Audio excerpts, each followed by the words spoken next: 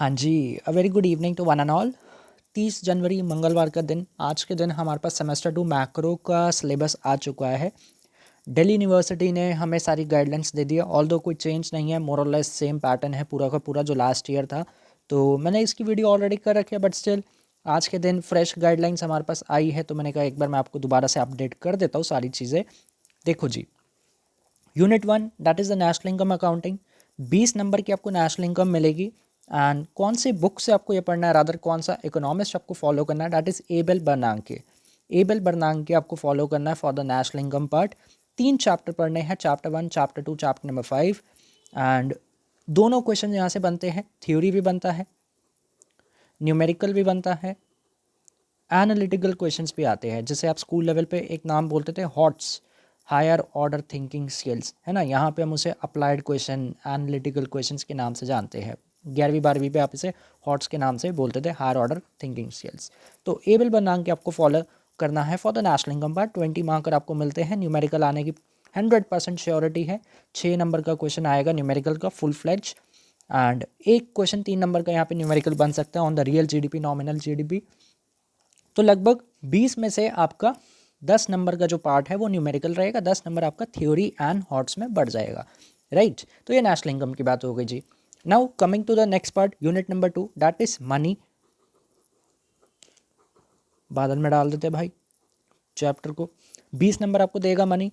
इसमें आपको 3 economics follow करने हैं। पहला, एबल बनांके का चैप्टर नंबर 7 पढ़ना है, दैट इज ओनली 7.1। पूरा चैप्टर नहीं पढ़ना, सिर्फ सेलेक्टेड पार्ट पढ़ना, 7.1। सिमिलरली ओलिविया ब्लैंचार्ड 6th एडिशन आपको ओलिविया ब्लैंचार्ड का फॉलो करना है, एंड उसमें से चैप्टर नंबर 4 ऑफ ब्लैंचार्ड पढ़ना है। न्यूमेरिकल क्वेश्चन है, 100% कन्फर्म आएगा ही आएगा, पक्का। देन रिचर्ड फ्रेयन, इसका भी आपको चैप्टर नंबर 4 पढ़ना है, बट पूरा नहीं पढ़ना, सिर्फ एक पार्ट पढ़ना है, 4.1 ओनली। तीनों मिला के आपको 20 नंबर देंगे।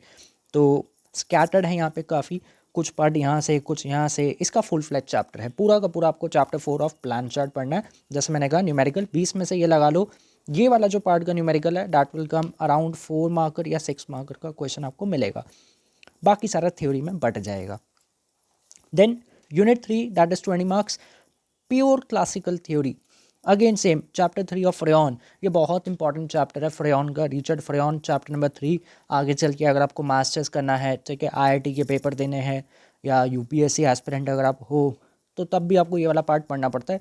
एक ही हम ये चैप्टर पढ़ते हैं जिसमें हमारा सारा क्लासिकल का पार्ट कवर हो जाता है। तो 20 नंबर आपको सेमेस्टर 2 में भी हेल्प करेगा, सेमेस्टर 3 में भी हेल्प करेगा। सेमेस्टर 3 की जो मैक्रो है वो इसके साथ इंटरलिंक है जी। जो पहली यूनिट बनती है सेमेस्टर 3 मैक्रो की, वो पूरी की पूरी इसके ऊपर लिंक है। अगर किसी को सेमेस्टर 2 की लास्ट की 2 यूनिट नहीं आती, वो बंदा सेमेस्टर 3 की मैक्रो में दिक्कत लेता है, दिक्कत आती है आपको फिर सेमेस्टर 3 की मैक्रो में, बिकॉज ये दोनों फाउंडेशन है फॉर द नेक्स्ट सेमेस्टर्स, ठीक है जी।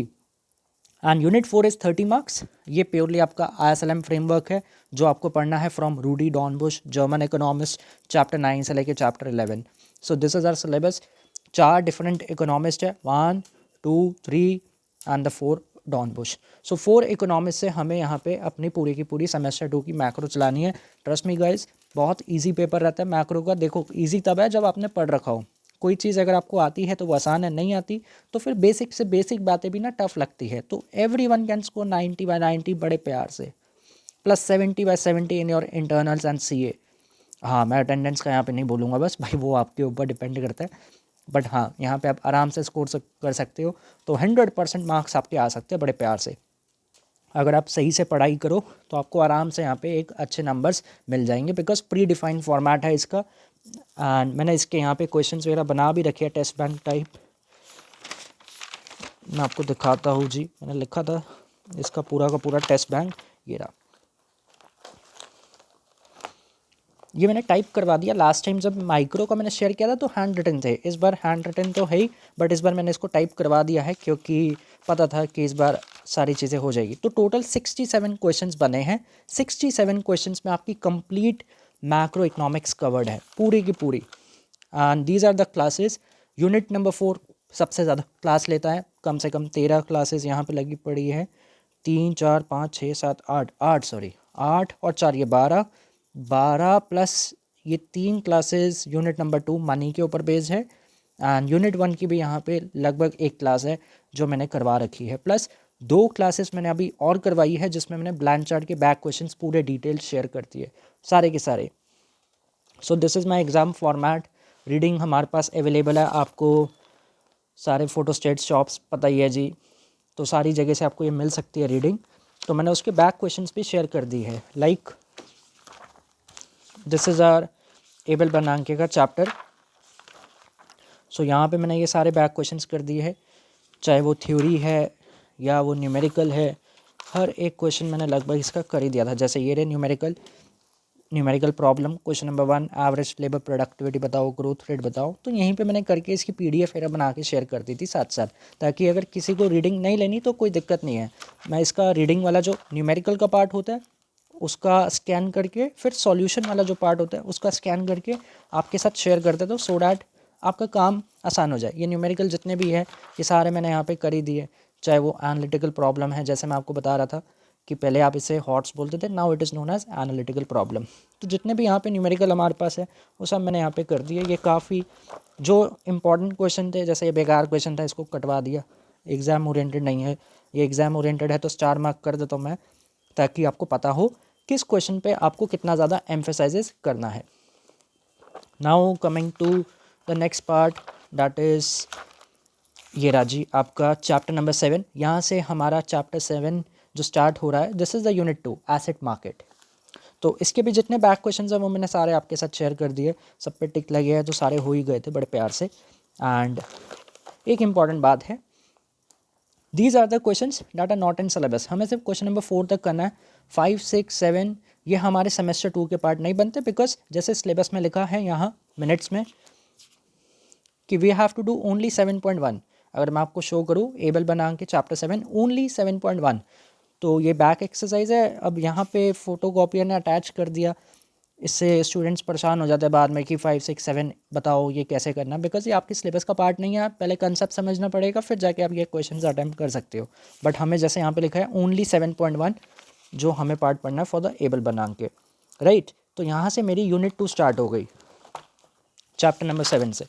Then this is chapter number 4। Similarly ये बहुत इंपॉर्टेंट पार्ट है, 2 क्लासेस में मैंने पूरा का पूरा चैप्टर नंबर 4 करवा दिया था। इसके सारे बैक क्वेश्चंस करवा दिए थे, 5, 6, 7, 8 यहाँ पे लिखा भी होगा मैंने कई बैक क्वेश्चंस का काम।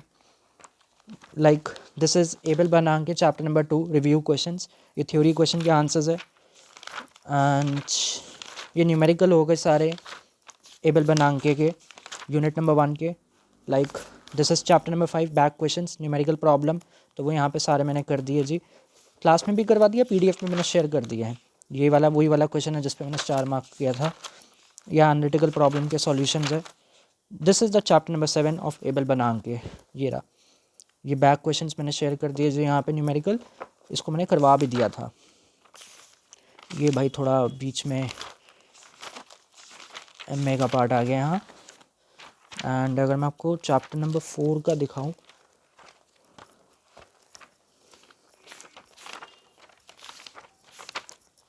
ये रहा जी,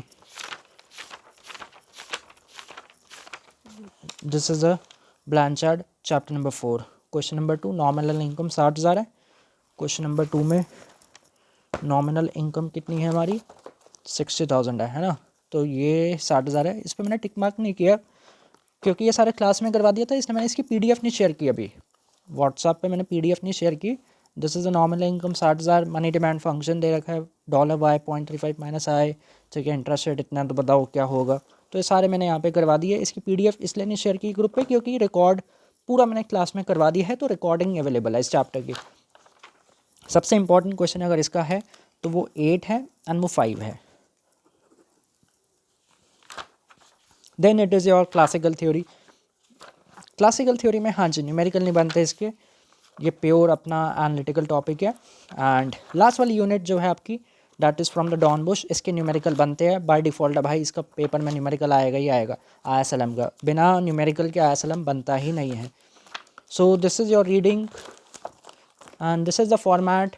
जो लास्ट ईयर का पेपर का फॉर्मेट था वैसे ही फॉलो होगा। 5 नंबर के क्वेश्चन भी मिलते हैं आपको, 10 नंबर के भी मिलते हैं, एंड 15 नंबर 18 नंबर जो हमारा फॉर्मेट लगता है बनाने का तो वैसे एग्जामिनर बाय पार्ट्स उसे बना देगा सारा का सारा। ठीक है, यहाँ पे कुछ स्पेसिफिक नहीं है, जैसे सेमेस्टर 4 एंड 3, सेमेस्टर 4 के मिनट्स आए नहीं हमारे पास इस साल से। पर्टिकुलरली सेमेस्टर 3 में मैक्रो में एमसीक्यूज थे, मल्टीपल चॉइस पेपर में आया था सेक्शन ए। अब मुझे ऐसा लग रहा है कि ये सेमेस्टर 4 की मैक्रो में भी रेप्लिकेट होगा, पक्का रेप्लिकेट होगा। जब 3 में उसने एमसीक्यू डाला है तो 4 में डालना चाहिए। अभी मिनट्स नहीं आए बट 99% आई एम श्योर जब हमारे पास आ जाएगा तो आई होप मेरी वाली बात भी सही निकल जाएगी। सेमेस्टर 4 में आपको इस बार मल्टीपल चॉइस मिलेगा।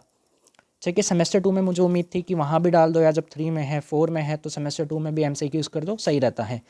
मगर एज ऑफ नाउ नहीं है क्योंकि सारी चीज़ें फाइनलाइज हो चुकी हैं। बट येस, फाइनल में नहीं है, इंटरनल में आएगा।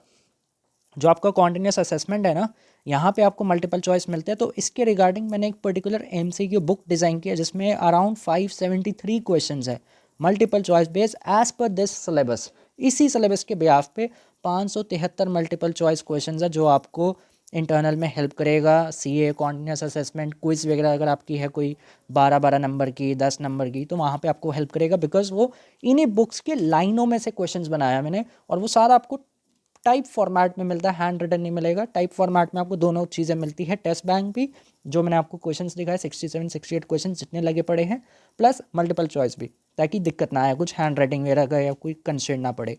ठीक है, बाकी सारा सिलेबस कवर्ड है रिकॉर्डिंग्स में, with numerical, with back question, सब कुछ मैंने आपके साथ दिखाई दिया। एवरी थिंग इज़ अवेलेबल, इसके बाहर आपको नहीं जाना। एंड जैसे मैंने यहाँ पे लिखा, अगर आप इस सबको अच्छे से पढ़ लो, प्रॉपर नोट्स बना लो रिकॉर्डिंग्स में से, तो यू कैन ईजिली स्कोर 160/160। ठीक है, कोई अगर दिक्कत हो, डाउट है, कुछ पूछना है, 9811042456। ठीक है, this is my number, Samdish ji Sharma is my name. आप व्हाट्सअप करके जो भी आपके डाउट्स है वो पूछ सकते हो। सारा सिलेबस अवेलेबल है एंड इसकी validity till your and exam रहेगी, दैट इज़ 21 मई से स्टार्ट है। तो जब तक आपका मैक्रो का पेपर नहीं हो जाता तब तक आपके पास सारा रिकॉर्डिंग का एक्सेस रहेगा विद ईच एंड एवरीथिंग। ठीक है जी, ओके जी, थैंक यू सो मच।